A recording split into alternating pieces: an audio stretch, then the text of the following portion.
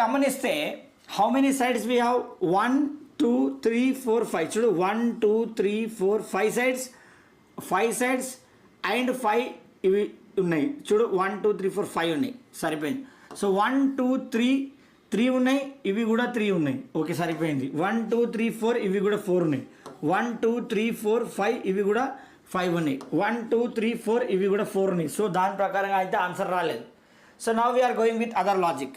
So this all needles are connected at vertex.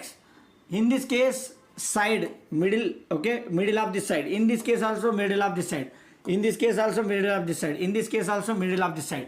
So ఇక్కడ మాత్రమే మనకి వర్టెక్స్ దగ్గర కనెక్ట్ అయింది. So answer is a.